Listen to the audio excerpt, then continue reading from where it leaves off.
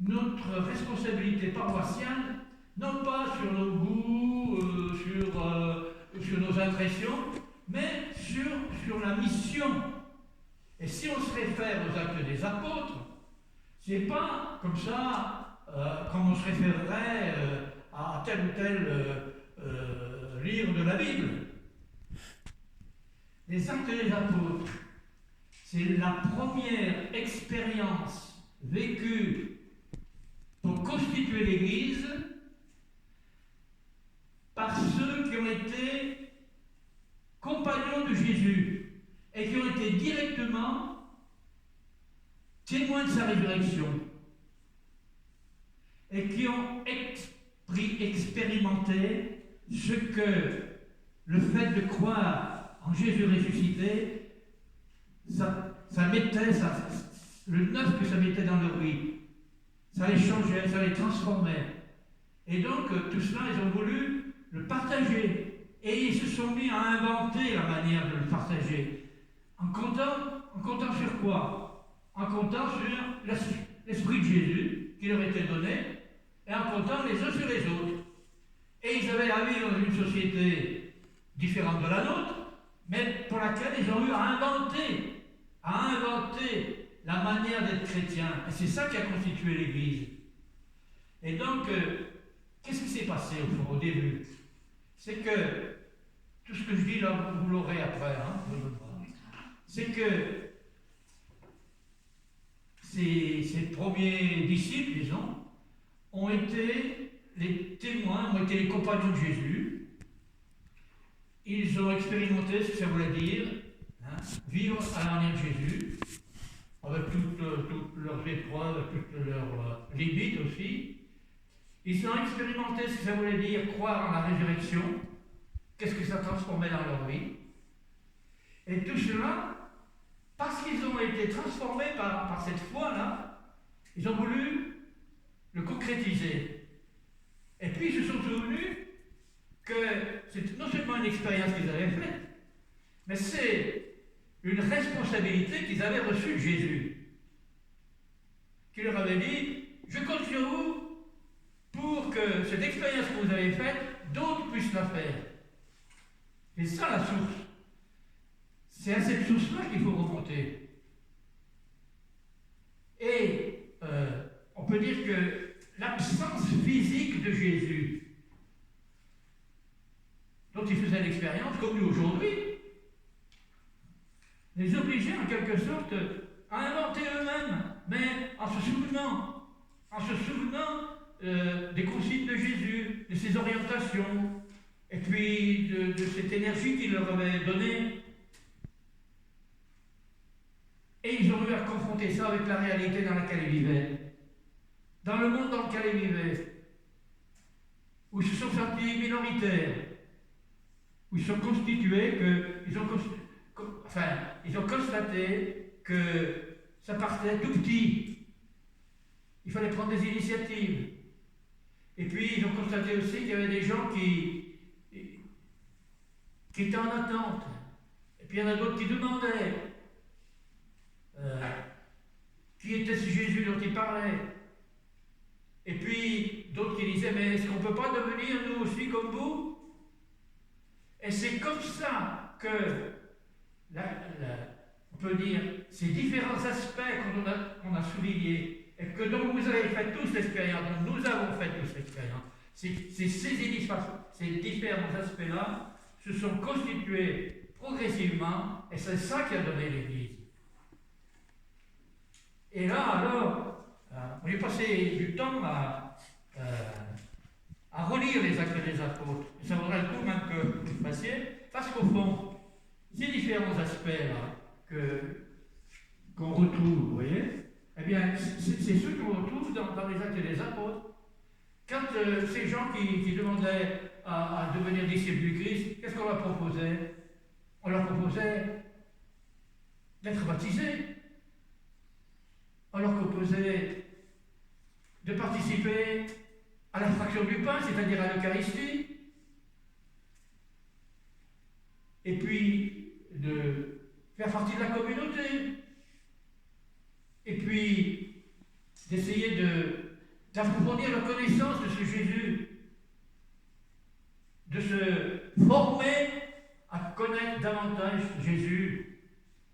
Puisqu'ils avaient été attirés par lui, il fallait bien qu'ils découvrent qu'est-ce qu'il y avait d'attirant chez lui et pourquoi c'était important d'y adhérer et d'approfondir leur connaissance de ce Jésus. Et puis c'était important qu'ils fassent l'expérience en communauté de ce que Jésus leur avait dit de vivre. Et c'est comme ça qu'ils ont créé des communautés. Et puis, ce qu'ils vivaient, l'expérience qu'ils faisaient, il a fallu, ils ont senti le besoin, la nécessité intérieure de le proposer à d'autres. Et c'est ainsi qu'ils ont pris des initiatives. Quand on relit les actes des apôtres, ils ont pris l'initiative de parler de ce Jésus, d'aller, y compris après les persécutions, hein, on les voit qui vont en Samarie, hein, qui était bon, et puis ils fondent une communauté. Ils se rendent compte qu'il y a un centurion Corneille, un centurion romain, païen, qui a entendu parler de Jésus et qui demande, mais j'aimerais bien le connaître davantage. Ils se rendent compte que le ministre éthiopien qui rentre sur son char et qui est en train de lire la Bible en disant, mais qu'est-ce que ça veut dire? Et puis Philippe va lui dire, mais tu sais ce que tu... Mais non, si personne n'explique, eh bien je vais t'expliquer, moi. Et il y a des initiatives qui sont prises comme ça pour faire connaître l'expérience, faire à d'autres l'expérience qu'eux-mêmes avaient fait en rencontrant Jésus ressuscité, en voyant tout ce que ça avait changé dans leur vie et toutes les perspectives que ça leur donnait. Vous voyez, c'est important qu'on remonte jusque-là pour bien savoir, pour bien se rendre compte, pour prendre conscience que l'Église, c'est pas simplement des choses à faire, mais c'est toute une énergie, on peut dire, qui nous est communiquée par le Christ, par l'Esprit de Christ, pour aujourd'hui, pour essayer de faire vivre cette expérience là où nous sommes, et tel que nous sommes, et tel que le monde est, comme ces premiers disciples ont essayé de faire cette expérience là où, tel que le monde était pour eux. Alors ça ne réussissait pas toujours. Prenons l'exemple de Paul à Athènes. Saint Paul à Athènes, il dit tiens, là, il y a une communauté, il y a tout un monde d'intellos, hein, je vais essayer d'aller leur parler de Jésus. Il se fait jeter. Par contre, il va à Corinthe, il leur parle de Jésus crucifié, ressuscité, et il se rend compte que ça correspond à l'attente des gens. Donc il y a des effets, il y a des échecs, il y a des refus, mais il y a aussi des réussites et puis des petites communautés qui naissent. Le problème, c'est que ces communautés qui naissent un petit peu partout, chacune peut prendre son autonomie, mais qu'est-ce qui va donner à ces communautés la conscience de faire partie, d'être bien fidèle à l'Esprit de Jésus? Eh bien, c'est pour éviter que chacune devienne une secte, eh bien, il y a besoin d'établir des relations entre ces communautés. Et les premières relations entre communautés, c'est par le biais, par la médiation, on peut dire, de l'apôtre fondateur. Et c'est pour ça qu'on trouve les lettres de Paul, qui, en quelque sorte, rappellent à ces communautés de quelle façon il faut vivre pour être fidèle à l'Esprit de Jésus. Et puis, il leur demande, quand il leur écrit, de faire passer leurs lettres à d'autres communautés. Et puis, progressivement, ces communautés donc, prennent conscience qu'elles font partie d'une même Église, qu'elles sont animées par le même esprit, qu'elles sont, on peut dire, chargées par le même Jésus de rendre présent sa présence à lui dans le monde. Et ils ont à se soutenir entre eux, même matériellement, ils ont à se soutenir. Puisque,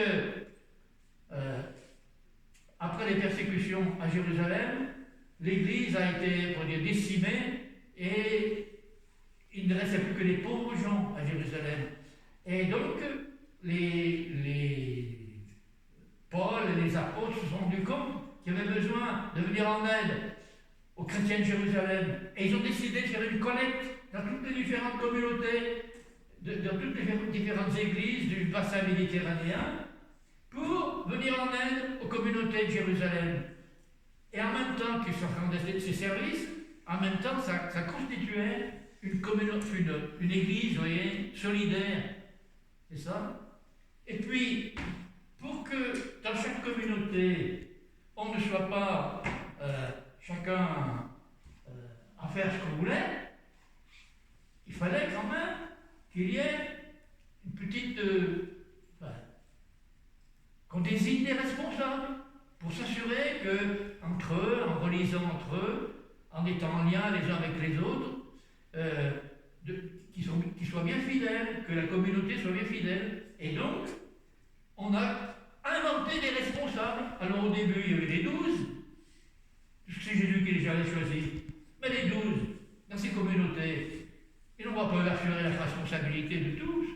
Donc, dans cette communauté qui était fondée, eh bien, avant de repartir ailleurs, il désignait les responsables parmi ceux qui avaient fait l'expérience, et puis avec l'aide de la communauté. Et vous savez comment il désignait des anciens. Les anciens, ils s'appelaient comme ça. Vous savez comment c'est en grec, les anciens? Presbytéroi, c'est là qu'est venu le mot prêtre. Et puis, quand ils se sont rendus compte qu'il y avait des problèmes matériels, économiques, financiers, qu'est-ce qu'ils ont fait? Ils ont inventé les diacres. Ils ont inventé les diacres. Ils ont créé un ministère. C'est pas Jésus qui a inventé les diacres, c'est eux. Et donc, en face de besoins nouveaux, il faut avoir l'audace d'inventer des ministères nouveaux. Il ne s'agit pas de reproduire toujours ce qui s'est fait, mais il s'agit d'être attentif aux besoins du monde et de savoir par quels moyens on va rendre accessible cette bonne nouvelle de Jésus en inventant des responsabilités nouvelles. Et puis quand on lit les actes, quand on lit les lettres des apôtres, faites l'expérience. Lisez par exemple le dernier chapitre de la lettre aux Romains. Vous avez une quarantaine de prénoms. Tous les gens qui ont été des collaborateurs de Paul. Et Paul, en écrivant sa lettre, il dit, voilà alors, saluez bien un tel et un tel, parce qu'ils ont été mes collaborateurs. Saluez un tel, ils se sont donné beaucoup de peine. Saluez aussi celui-ci, c'était le trésorier de la communauté. Et en lisant les lettres de Paul, vous découvrez un ensemble de responsabilités et de ministères qui ont été, on peut dire, suscités dans ces communautés. Presque chaque prénom est, à chaque prénom est adjoint, on peut dire, un qualificatif. Alors c'est collaborateur, c'est apôtre, c'est s'il donnait la peine de me soutenir, qui a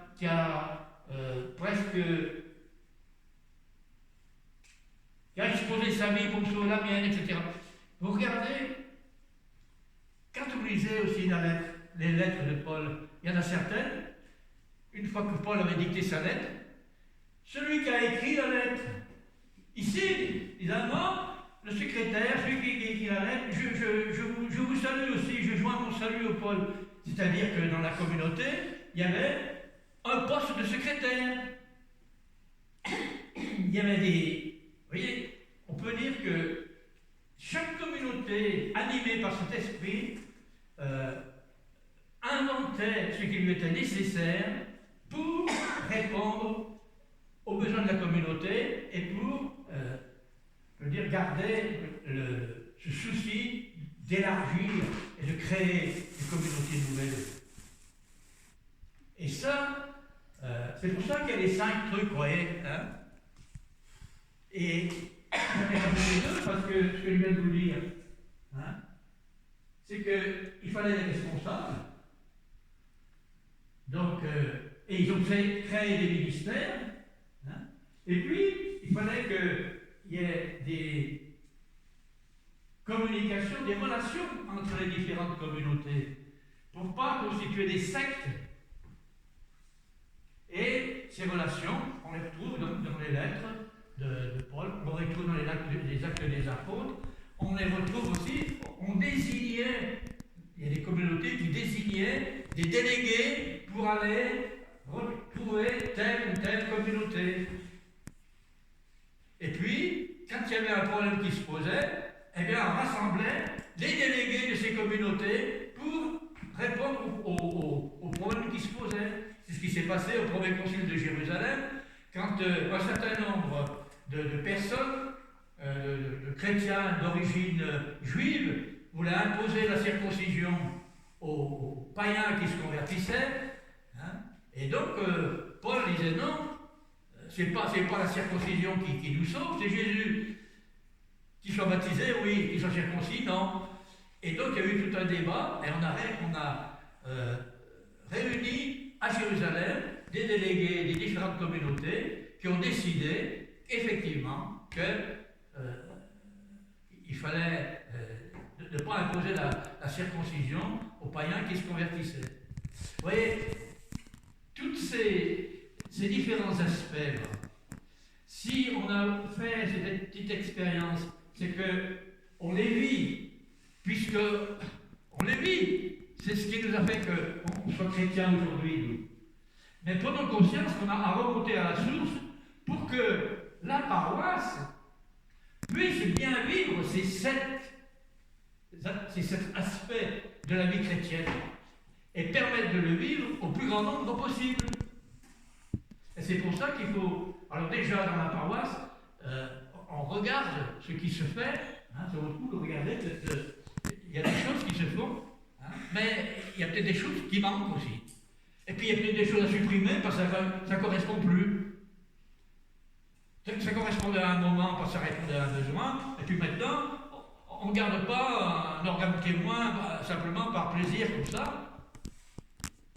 Donc, vous voyez, c'est cette démarche-là qu'on a dans laquelle il faut entrer, plutôt que comme on dit, comme Thierry disait au début, c'est pas de boucher tel trou parce qu'il manque tel responsable ou parce que Daniel s'en va pour trouver quelqu'un.